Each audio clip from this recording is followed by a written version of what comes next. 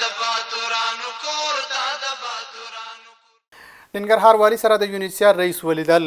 ننګرهار والی حاجی مولا محمد نعیم اخوند سره په ختیځ کې کډوالو لپاره د ملګرو ملتونو عالی کمشنري د صحوي دفتر نوي رئیس روکا کودو د راستنوي شویو داخلي بېځایه شوو کورنیو د وضعیت په اړه ولیدل.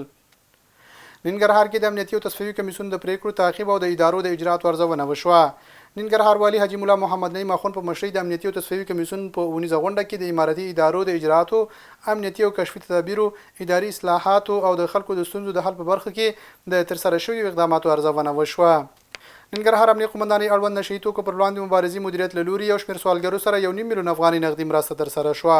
مسؤلین وایي د مرسته له 300 تنه سوالګرو سره ترسره شوه چې هر کس ته 15,000 افغانۍ ورکړل شوي.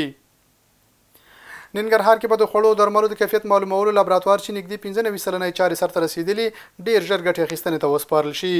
د خوړو درملو معین چې څو ورځې وړاندې د عامې روغتیا له وزیر سره ننګرهار ته سفر کړی و د دغه لابراتوار څخه لیدنه وکړه. ننګرهار کې 10 کورنیو سره د مالدارۍ پیاوړتیا په موخه مرسته وشوه. د ننګرهار په کوټ ولسوالۍ کې 10 بېوزله وړمنو کورنیو ته د مالدارۍ د پیاوړتیا او اقتصادي وضعیت د ښه والي په موخه 2 کلنې خوساکۍ وویشل شوې. او د ننګرهار ارشاد حج اوقاف رئیس شیخ القرآن والحدیث مولوي عیدولي حلیمي د دیني او اداري چارو مسؤلینو ته سپارښتنه کړې چې خپلې دندې په امانتدارۍ، شفافیت او د حساب ورکونې په چوکاټ کې ترسره او د نافذه اصول او لایحو رعایت وکړي.